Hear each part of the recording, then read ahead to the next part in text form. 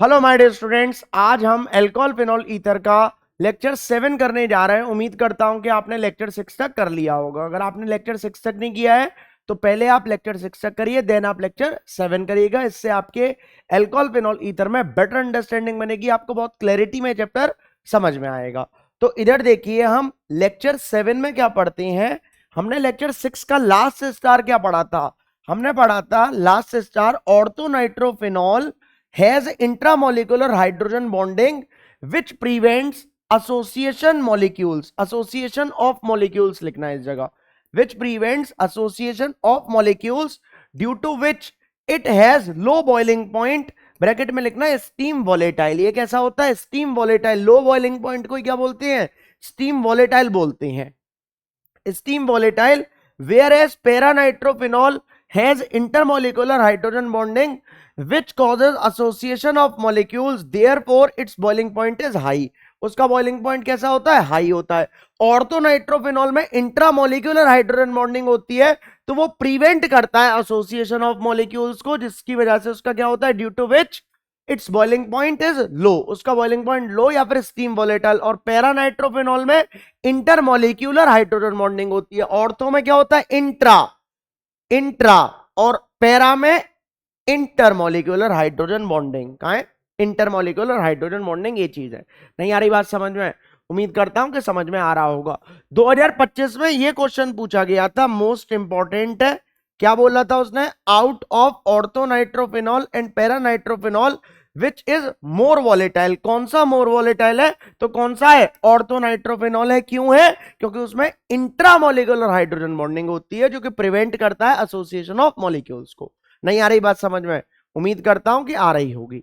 इधर देखिए आप ध्यान से, एक क्वेश्चन है, वेरी इंपॉर्टेंट क्वेश्चन है, एग्जाम में बहुत आता है। Why explain why propanol has higher boiling point than that of the hydrocarbon. Butane से क्यों ज्यादा है? ये मैंने पहला पॉइंट ही लिखवाया था। It is because propanol can form intermolecular hydrogen bonding due to which its boiling point is higher than butane which is non-polar and molecules are held together by weak van der Waal forces of attraction। उम्मीद करता हूं कि समझ में आया होगा। Intermolecular hydrogen bonding की वजह से होता है, जो कि हाइड्रोकार्बन्स में नहीं होता। किसमें होता है? प्रोपेनॉल फॉर्म करता है। उम्मीद करता हूं कि आ गया होगा, नोट करना। इधर देखिए अब आप ध्यान से, इसका आता है हमारा नेक्स्ट सॉल्युबिलिटी। वेरी इंपॉर्टेंट है, 2026 लिख लो, पूछा जा सकता है सॉल्युबिलिटी। क्या है सॉल्युबिलिटी का पहला point? Lower alcohols are soluble in water due to formation of hydrogen bonding with water molecules. Most important point है। नेक्स्ट है, as the size of alkyl group increases. जैसे जैसे एल्काइल ग्रुप का size बढ़ेगा वैसे वैसे सॉल्युबिलिटी क्या होगी? कम होगी। Solubility decreases because larger alkyl group being hydrophobic opposes the formation of hydrogen bonding with water molecules. Larger alkyl group क्या हो लेते हैं? हाइड्रोफोबिक होते हैं, जो कि अपोज करती हैं फॉर्मेशन ऑफ हाइड्रोजन बॉन्डिंग को वाटर मॉलिक्यूल्स के साथ। उम्मीद करता हूं कि समझ में आ रहा होगा। नोट करो, वीडियो पॉज कर कर। इधर देखिए नेक्स्ट हमारा आता है, वेरी इंपॉर्टेंट है क्वेश्चन है, which of the following is least soluble. एक क्या है? एन ब्यूटाइल एल्कोहल, दूसरा एन पेंटाइल एल्कोहल, फिर n hexyl alcohol, n heptyl alcohol. Larger alkyl group आपको कौन सा दिख रहा है भाई? ब्यूटेन में 4 कार्बन, पेंटेन में 5, हेक्साइल में 6 और हेप्टाइल में 7। तो कौन सा हो लेगा इसका? डी ऑप्शन सही हो लेगा। उम्मीद करता हूं कि समझ में आ रहा होगा। इधर देखिए अब आप नेक्स्ट हमारा आता है, इंपॉर्टेंट क्वेश्चन है कि alcohols are comparatively more soluble in water than hydrocarbons of comparable molecular masses. Explain this fact. CBSE के सैंपल पेपर में था 2017 में और 2012 में, ये पूछ लिया गया था क्वेश्चन। इंपॉर्टेंट क्वेश्चन है। क्या होता है इधर आप ध्यान से देखिए, alcohols are more soluble in water because they can form hydrogen bonding with water molecules whereas hydrocarbons do not form hydrogen bond as they are non-polar। क्योंकि ये कैसे होते हैं? नॉन-पोलर होते हैं। उम्मीद करता हूं कि समझ में आ रहा होगा। हाइड्रोकार्बन नॉन पोलर का मतलब क्या होता है? पोलर का मतलब होता है नेगेटिव और पॉजिटिव चार्ज, और नॉन पोलर का मतलब कि इसमें होगा ही नहीं, ना के बराबर है। भाई फोन कल बाहर आएगा, सैमसंग कार्बन हमारा। तो कार्बन और हमारा, इसके इलेक्ट्रोनेगेटिविटी डिफरेंस कोई बहुत ज्यादा नहीं है, इसलिए हाइड्रोकार्बन कैसे हैं, नॉन पोलर हैं। और एल्कोहल्स, भाई एल्कोहल में क्या आता है, O और H, तो कहां ऑक्सीजन आ जा रहा है, इधर देखो electronegativity series, FON, phone call बाहर आएगा, सैमसंग कार्बन हमारा। तो ऑक्सीजन की इलेक्ट्रोनेगेटिविटी बहुत ज्यादा है, सबसे ज्यादा तो खैर फ्लोरीन की है, एज कंपेयर टू बोलूं तो हाइड्रोजन की सबसे कम है। और इस जगह हाइड्रोकार्बन में क्या होता है, सिर्फ और सिर्फ कार्बन और हाइड्रोजन, इसकी इलेक्ट्रोनेगेटिविटी एकदम आसपास है। तो ये कैसे होते हैं, नॉन पोलर होती हैं, लगभग लगभग नॉन पोलर ही होंगे। उम्मीद करता हूं कि समझ में आ रहा होगा।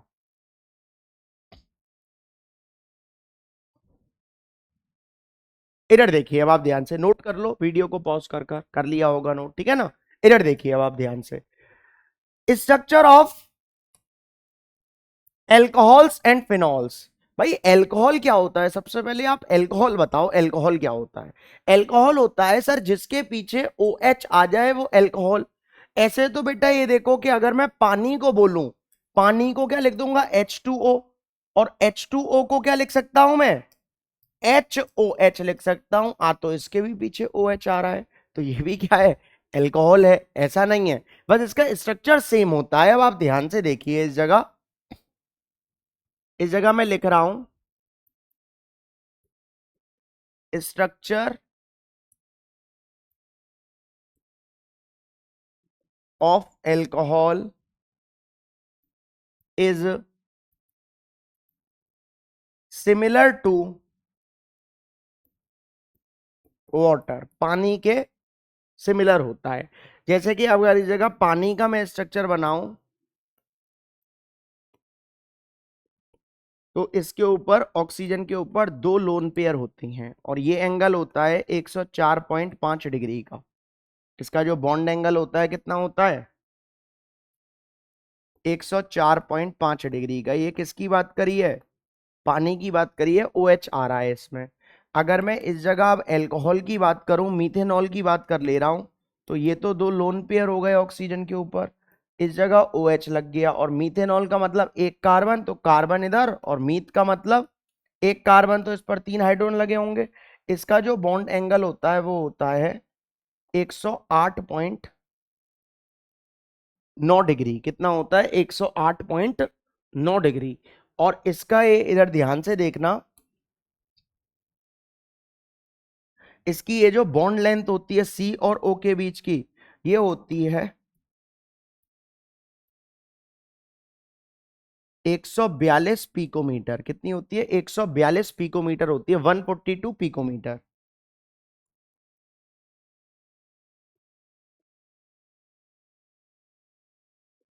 142 पिकोमीटर। अगर मैं बात करूं अब इस जगह किसकी, फिनॉल की, फिनॉल क्या होता है, बेंजीन के ऊपर OH, तो बेंजीन और OH दो लोन पेयर ये होली है। ये जो एंगल होता है ये होता है 109 डिग्री। ऐसा मत कर समझना कि ये स्ट्रेट लाइन है सर, ये तो 180 होना चाहिए था। भाई ये मैं केमिस्ट्री पढ़ा रहा हूँ, मैथ्स नहीं पढ़ा रहा हूँ। इस जगह ये O और H के बीच का जो एंगल होता है वो कितना होता है, 109 डिग्री होता है। और इसकी ये जो बॉन्ड लेंथ होती है ये होती है 136 पिकोमीटर। कितनी होती है, 136 पिकोमीटर। अब देखो OH ये था पानी का स्ट्रक्चर, ये किसका है, मीथेनॉल है, लिख लो इस जगह, मीथेनॉल। और ये क्या है, फिनॉल है, क्या है, फिनॉल। अब देखो ये कितना है, 108.9 डिग्री मीथेनॉल में, इसका क्या है, एंगल है। और टेट्राहेड्रल एंगल कितना होता है, 109.5, लगभग लगभग उससे थोड़ा ही कम है ये। पहले आप इसको लिखिए, फिर मैं लिखवा रहा हूं। उम्मीद करता हूं कि आपने लिख लिया होगा, ठीक है ना। इधर देखिए अब ध्यान से, अब देखो इस जगह पहला पॉइंट आता है, इंपॉर्टेंट पॉइंट है, the bond angle in alcohol is slightly less than tetrahedral angle. जो एल्कोहल का एंगल था, भाई मीथेनॉल में एंगल कितना था, मीथेनॉल में मैंने आपको एंगल लिखवा रखा है 108.9 डिग्री। वो थोड़ा ही कम है किससे, टेट्राहेड्रल एंगल से। टेट्राहेड्रल एंगल कितना होता है, 109.5 डिग्री होता है। क्यों है? Due to the repulsion force from two lone pair of electrons on the oxygen atom, repulsion force की वजह से है। इधर देखिए नेक्स्ट पॉइंट वेरी इंपॉर्टेंट, ये भी मोस्ट इंपॉर्टेंट पॉइंट है और ये भी मोस्ट इंपॉर्टेंट पॉइंट है, दोनों पॉइंट्स के ऊपर क्वेश्चन बनेगा। इस बार कौन सा आया था? Ortho nitrophenol steam volatile while para nitrophenol is not, give reason या फिर वाई बताओ, वो था। अब इस बार जो आएगा 2026 में वो इसमें से हाईली प्रोबेबिलिटी, याद रखना क्वेश्चन आने की, हाईली प्रोबेबिलिटी या फिर ये दे या फिर ये दे, मोस्ट इंपॉर्टेंट है। अब इधर आप ध्यान से देखिए, बहुत इंपॉर्टेंट है, ध्यान से इधर देखो। In methanol CO bond is more polar, जो CO बॉन्ड है ना जो मीथेनॉल में, इधर ध्यान से देखो यार, ये जो CO बॉन्ड है ये कैसा है? ज्यादा पोलर है। Is more polar due to sp3 hybridisation of carbon atom, क्योंकि कार्बन एटम पर कैसा हाइब्रिडाइजेशन हो रहा है? sp3 हाइब्रिडाइजेशन हो रहा है, which makes carbon less electronegative, whereas in phenol, मतलब जिसको कार्बन को लेस इलेक्ट्रोनेगेटिव बनाता है, जबकि whereas in phenol CO bond is less polar. और फिनॉल में ये जो CO बॉन्ड है, ये जो ये कार्बन है और ये ऑक्सीजन, ये कैसा है? लेस पोलर है। Is less polar due to sp2 hybridisation of carbon atom, क्योंकि उस जगह कार्बन एटम पर क्या sp2 हाइब्रिडाइजेशन है, of sp2 hybridisation of carbon atom which makes carbon more electronegative, therefore carbon carbon bond length in phenol is less than methanol and thus phenol has smaller dipole moment than methanol। Phenol का कैसा dipole moment होता है? Smaller होता है, किससे? Methanol से। और इधर ध्यान से देखो, therefore carbon carbon bond length in phenol is less than methanol, किससे होता है? मीथेनॉल से होता है। क्वेश्चन बनता है दोनों पर, अभी लिखवा कर दूंगा। इस जगह मैंने आपको क्या बोला? जो मीथेनॉल में CO बॉन्ड होता है वो कैसा होता है? ज्यादा पोलर होता है, किसकी वजह से? sp2 हाइब्रिडाइजेशन की वजह से, जिसकी वजह से विच मेक्स कार्बन लेस इलेक्ट्रोनेगेटिव, वो क्या कर देता है? Less electronegative. जबकि जो फिनॉल में है वो कैसा होता है? CO बॉन्ड लेस पोलर होता है, किसकी वजह से? sp2 हाइब्रिडाइजेशन की वजह से, जो कि क्या करता है? मोर इलेक्ट्रोनेगेटिव कर देता है। बोलिए इतनी बात समझ में आ रही है? जिसकी वजह से फिनॉल का जो डायपोल मूवमेंट होता है वो स्मॉलर होता है मीथेनॉल से, और carbon carbon bond length phenol less than होती है, किससे? मीथेनॉल से। अब इधर आप ध्यान से देखिए, सबसे पहले इस जगह एक क्वेश्चन आता है, मोस्ट इंपॉर्टेंट है। इससे पहले मैं आपको ये दो क्वेश्चन लिखवा कर दे रहा हूं, इधर आप ध्यान से देखिएगा, ये इंपॉर्टेंट क्वेश्चन है।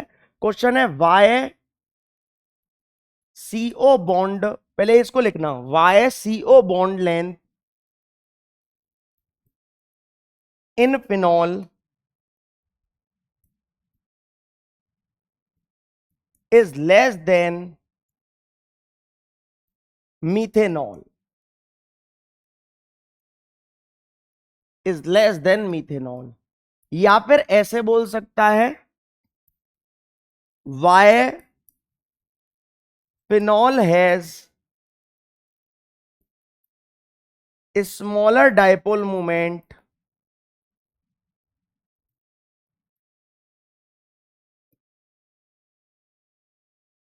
than methanol। लिख देता हूं, CH3OH लिख लो या फिर स्पेलिंग लिख लो, देन मिथेनॉल। मोस्ट इंपॉर्टेंट है, smaller dipole movement than methanol. इसका आंसर क्या होगा? ये जो अबव पॉइंट लिखवा रखा है, रेफर अबव पॉइंट, जो ऊपर वाला पॉइंट है, कौन सा? ये वाला पॉइंट, सेकंड वाला, कि मिथेनॉल क्या होता है? मोर पोलर sp3 हाइब्रिडाइजेशन और makes carbon less electronegative. Phenol less polar sp2 hybridisation और मोर इलेक्ट्रोनेगेटिव। बस इतना याद रखना है, मोस्ट इंपॉर्टेंट है, पेपर में फंसता ही फंसता है, और 2026 में ये क्वेश्चन जरूर आएगा, याद रखना। 2026 में फिक्स है, याद रखो, फिक्स, कोई भी नहीं रोक सकता इसको, याद रखना, कोई भी नहीं रोक सकता, मोस्ट इंपॉर्टेंट है। इधर अब आप ध्यान से देखिए, नेक्स्ट हमारा आता है, ये क्वेश्चन भी मोस्ट इंपॉर्टेंट है 2026 के लिए। Why is the COH bond angle in alcohols is slightly less than tetrahedral angle? Tetrahedral angle कितना होता है? 109.5 डिग्री का होता है। क्यों है? Due to the repulsion force from two lone pair of electrons on the oxygen atom. ये इसका आंसर है। 2026 का फिक्स क्वेश्चन लिखवाए हैं मैंने। ये अल्कोहल फिनॉल ईथर में से पूछे ही जाएंगे, कोई भी नहीं रोक सकता। याद रखो इन क्वेश्चंस को। उम्मीद करता हूं कि आपको समझ में आ रहा होगा। इधर देखिए अब आप ध्यान से। नेक्स्ट आता है हमारा मोस्ट इंपॉर्टेंट क्वेश्चन है, वेरी इंपॉर्टेंट, पेपर में पक्का फंसता है। You are given benzene comma concentrated H2SO4 and NaOH. Write the equations for the preparation of phenol using these reagents. In reagents को यूज कर कर फिनॉल की प्रिपरेशन करनी है। इधर ध्यान से देखिए, बिल्कुल बिल्कुल ध्यान से देखना। हमको क्या दे दी है? बेंजीन दे दी है। क्या दे दी है? बेंजीन।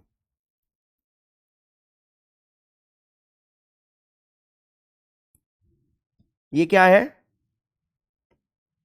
बेंजीन है। इसकी रिएक्शन किसके साथ करवा रहा हूं?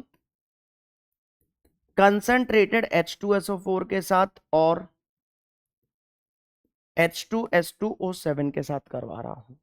ये क्या होता है? ओलियम होता है। क्या होता है? ओलियम। क्या होता है ये? Oleum mixture of H2SO4 plus SO3। ध्यान से देखो, H कितनी है? 2, S एक ये 2, और ऑक्सीजन ये 4 और ये 3 7। क्या होता है? ये ओलियम। तो हमारा बेंजीन के ऊपर डायरेक्टली क्या लग लेगा? SO3H लग लेगा। इसको हम क्या बोलते हैं? बेंजीन सल्फोनिक एसिड बोलते हैं, जो कि क्या होता है? BSA होता है। इसकी रिएक्शन किसके साथ करवाऊंगा? NaOH के साथ। तो इधर से H, इधर से OH, क्या निकल गया? पानी निकल गया। तो इस Na को इधर जोड़ दूंगा, तो क्या बोलेगा? SO3Na हो लेगा। इसका नाम क्या होता है? इसका नाम होता है सोडियम बेंजीन सल्फोनेट होता है। क्या होता है? सोडियम बेंजीन सल्फोनेट, या पर salt of benzene sulphonic acid, BSA, benzene sulphonic acid. इसकी रिएक्शन फिर हम किसके साथ करते हैं? NaOH के साथ करते हैं। तो इधर से सब कुछ हटाओ और OH को लगा दो बस। तो ये क्या लग गया? बेंजीन के ऊपर OH, तो इसको हम क्या बोलते हैं? फिनॉल बोलते हैं। क्या बोलते हैं? फिनॉल। अब क्या होगा कि इस जगह से सारी चीजें हटाई और Na के साथ चिपक जाएंगी, तो क्या होगा? Na2SO3 सोडियम सोडियम सल्फाइट बन जाएगा। क्या बन जाएगा? Sodium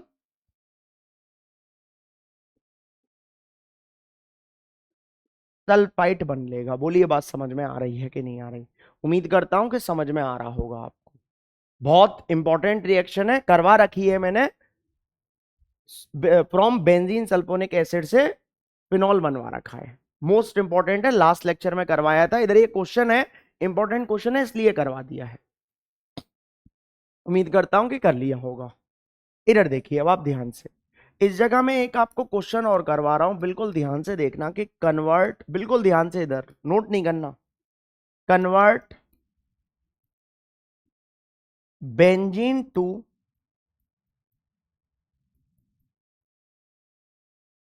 tertiary butyl alcohol and benzene to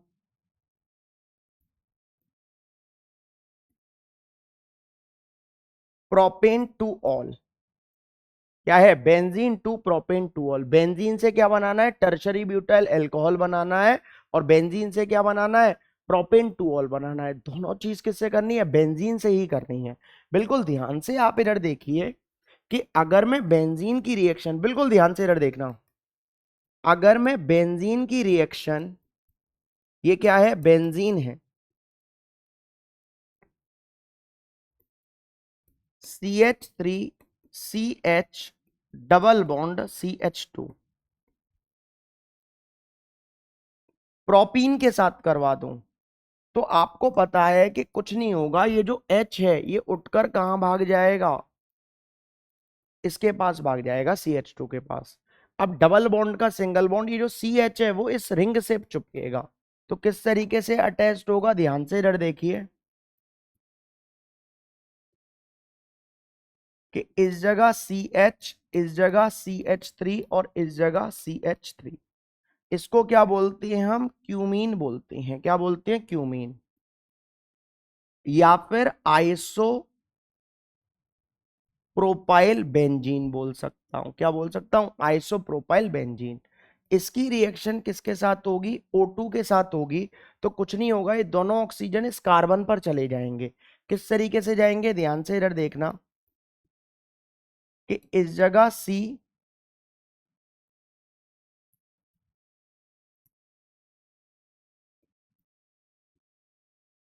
इस जगह COO और H, ये दोनों ऑक्सीजन इसी कार्बन पर चले गए। और इस जगह क्या था, CH3, और इस जगह क्या था, CH3। इसको क्या बोलते हैं हम, इसको बोलते हैं क्यूमीन हाइड्रो पर ऑक्साइड बोलते हैं। क्या बोलते हैं, क्यूमीन हाइड्रो पर ऑक्साइड। तो अब अगर मैं इसकी रिएक्शन किसके साथ करवाऊं, पानी के साथ करवाऊं, H2O के साथ। बिल्कुल ध्यान से इधर देखना, किसके साथ करवा रहा हूं, पानी के साथ करवा रहा हूं इसकी रिएक्शन। तो इधर से क्या होगा, सब कुछ हटाओ इधर से, और क्या हो लेगा, इस जगह बेंजीन के ऊपर OH लगे रहने दो। तो इधर से जब मैं इसको करूंगा, तो ध्यान से आप इधर देखिए, बिल्कुल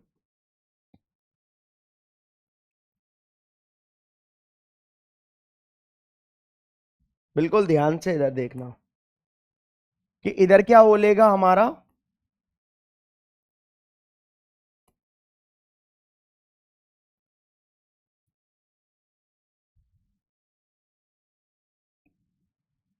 बेंजीन के ऊपर OH लग लेगा। ये क्या बन गया, फिनॉल बन गया। क्या बन गया, ये फिनॉल। उम्मीद करता हूं कि समझ में आ रहा होगा।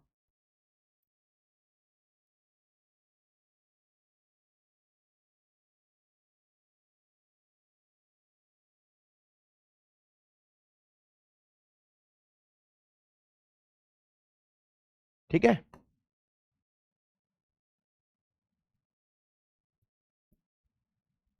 इधर देखिए, फिनॉल बन गया। प्लस इस जगह से क्या किया कि इस जगह C, इस कार्बन पर दो CH3 और O, एसीटोन है। तो ध्यान से देखो इस एसीटोन को कैसे बना रहा हूं, इधर CH3, इधर CH3 और इस जगह O। ये क्या है, एसीटोन या फिर प्रोपेन 2 ऑन है।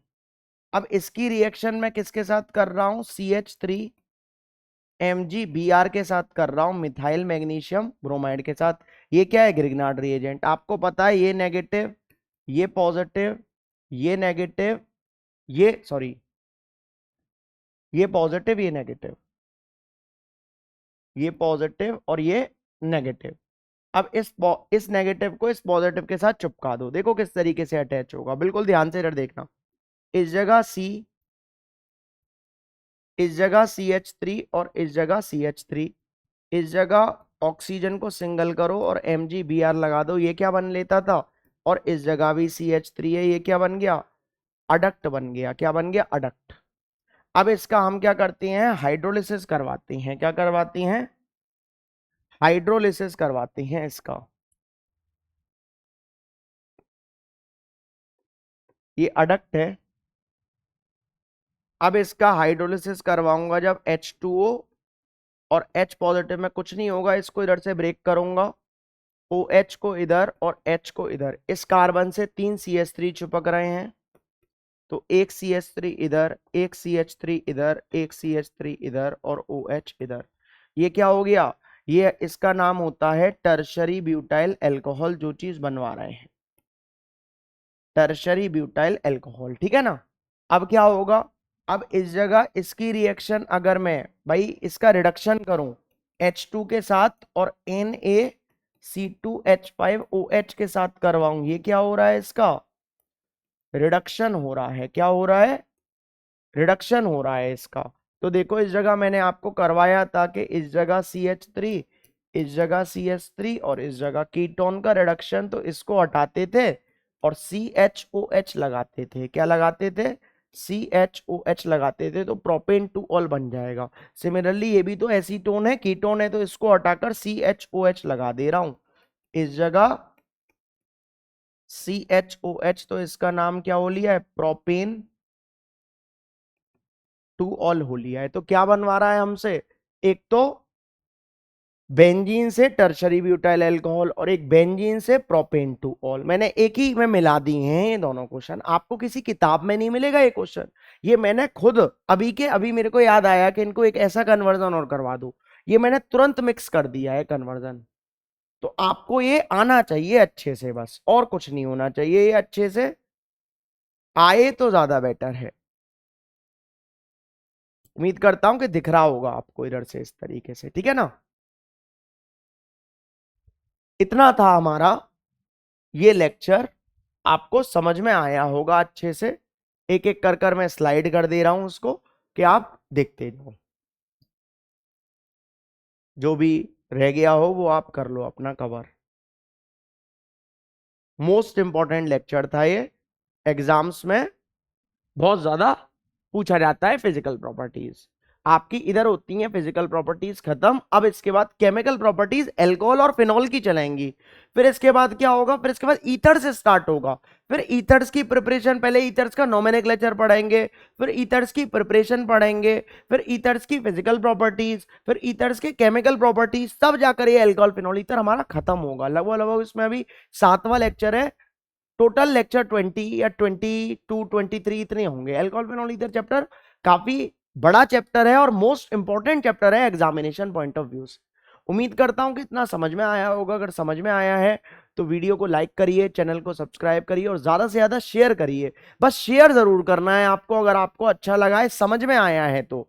मेन है आपकी अंडरस्टैंडिंग अच्छी होनी चाहिए। आपकी अंडरस्टैंडिंग कैसे होगी, अंडरस्टैंडिंग होगी आपकी जब आप पुराने लेक्चर्स को रिवाइज कर कर ये नए लेक्चर को देखा करो और सीरियल वाइज चलो। कभी भी बीच में से मत देखना, बीच में से देखोगे तो कुछ भी नहीं समझ में आएगा। याद रखना 11th 12th की पढ़ाई है, इतनी इजीली नहीं समझ में आती, याद रखना। थोड़ी मेहनत आपको भी करनी पड़ेगी, मैं तो कर ही रहा हूं। उम्मीद करता हूं समझ में आया होगा। चैनल को लाइक शेयर और सब्सक्राइब करिए, क्योंकि लाइक शेयर और सब्सक्राइब करने में आपका कुछ नहीं जाता और कुशाग सर को मोटिवेशन आता। That's it.